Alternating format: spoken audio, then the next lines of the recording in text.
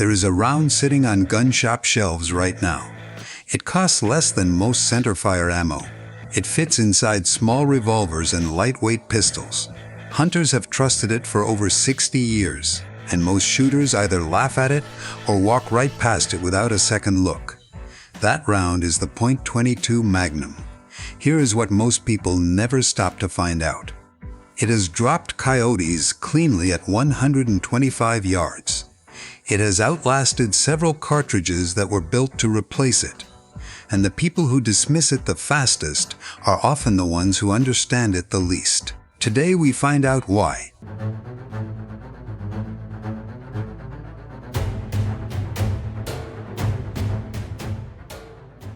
The year is 1959. Winchester has a very specific problem to solve. Across America, farmers and ranchers are losing money to varmints.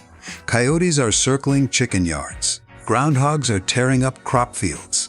Raccoons are raiding livestock pens. The U.S. Fish and Wildlife Service culled nearly 2 million coyotes between 1915 and 1947 alone. Even after that, the damage kept coming. The tools available at the time left farmers stuck in a tough spot. The .22 long rifle could handle rabbits and squirrels just fine, but a coyote at 100 yards? A groundhog in an open field? The .22 LR ran out of energy too fast to do the job cleanly or reliably. On the other end of the shelf, centerfire rifle rounds got the job done but cost too much for everyday pest work. Farmers were burning through expensive ammunition just to protect their fields during a normal workday. Winchester saw that gap and built something to fill it. They took the old .22 Winchester Rimfire case from 1890, stretched it longer, made the case body wider, loaded in more powder, and pushed chamber pressures higher than the .22 LR could handle. The result was the .22 Winchester Magnum Rimfire. Most people just call it the .22 Magnum or .22 WMR. Marlin got to market first. Their levermatic rifle was chambering the new round by late 1959. Winchester followed the next year with their Model 61 pump action. Smith & Wesson and Ruger both produced revolvers in the caliber shortly after. Within just a few years, the .22 Magnum had rifles, revolvers, and a growing number of fans spread across American farmland. The idea was simple and practical. Give working people a round that hit harder than a .22 LR, reached out further with a flat enough trajectory to be useful in open country, and still cost far less than what a centerfire cartridge ran per box. Load it up. Throw the rifle in the truck cab. Handle whatever showed up between morning chores and sundown. That was the job the .22 Magnum was built for. And for a long stretch of American shooting history, it did that job quietly and without much fanfare. The round never got the spotlight. It was not a military cartridge. It was not a police cartridge. It was not a competition round. It was a working round, a ranch round. The kind of thing that solved a real problem without anyone writing magazine articles about it. And that low profile is exactly what started working against it. Because when the shooting world started chasing new things, the .22 Magnum was easy to look past. It had no big story attached to it, no famous win, no record-breaking moment. It just sat there, doing the same job, while everyone else moved on to something louder. But before we talk about how it got buried, you need to understand what this round actually does on paper. Because the numbers are not what most people expect. Most people hear the word .22 and picture a plinking round. Something kids shoot at tin cans on a Saturday morning, something barely louder than a pellet gun. The .22 LR earned that reputation over decades of being the cheapest, mildest centerfire adjacent option on any shelf. The .22 Magnum is not that round. Start with the standard 40-grain load from a rifle barrel. Muzzle velocity sits at around 1,875 feet per second. A .22 LR also loaded with a 40-grain bullet tops out around 1,200 feet per second. That is a 60% velocity advantage before you factor in anything else. Velocity is where energy comes from. At 50 yards, the .22 Magnum delivers roughly 215 foot-pounds of kinetic energy. The .22 LR at that same distance delivers around 113 foot-pounds, nearly double. Now here is the part that usually stops people cold. At 100 yards, the .22 Magnum carries approximately twice the kinetic energy that the .22 LR produces right at the muzzle. Not at 100 yards, at the muzzle. The .22 Magnum at a football field's distance still hits harder than a standard .22 LR up close. Step up to the 30-grain load and the numbers jump again. The Hornady VMAX reaches 2,200 feet per second out of a 24-inch barrel and produces 322 foot-pounds of muzzle energy. That is not a plinking number. Trajectory holds flat out to around 125 yards when sighted in correctly. Sighted for point-blank range on a 3-inch target, the round stays within that window all the way out to 125 yards before drop becomes a real problem. Past 150 yards, it runs out of useful energy for varmint work. But inside that range, it shoots flat and hits hard. Recoil is almost nothing. You can shoot this round all day without fatigue. That sounds like a minor detail until you are on hour 5 of a prairie dog shoot and your groups are still tight. One thing every shooter needs to know before they ever pick this round up. The .22 LR and the .22 Magnum are not interchangeable. They look similar in a box. They are not the same.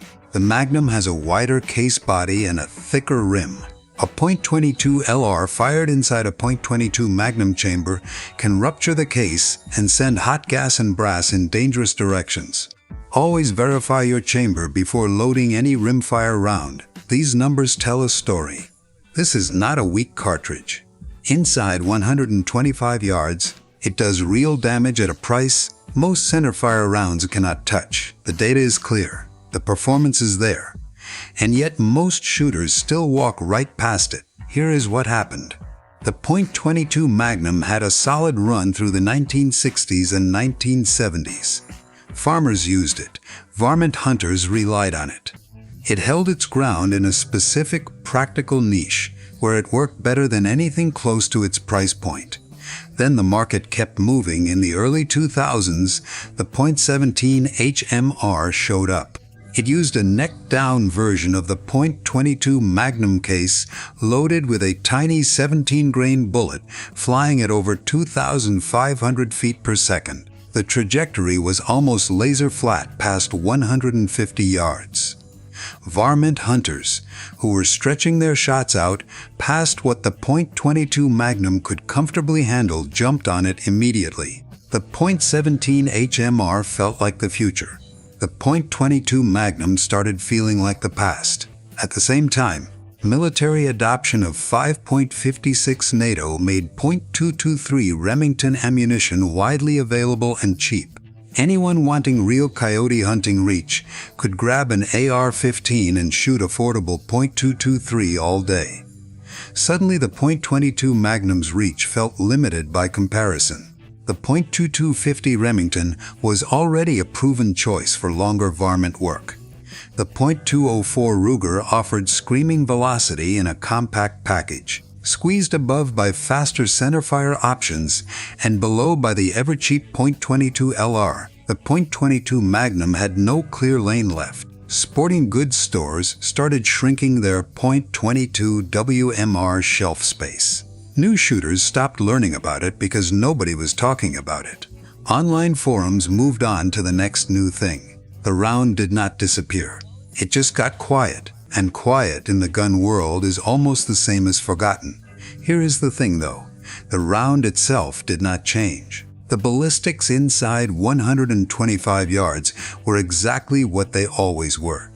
The price stayed lower than centerfire. The recoil stayed manageable. The terminal performance on coyotes and groundhogs stayed real. What changed was attention.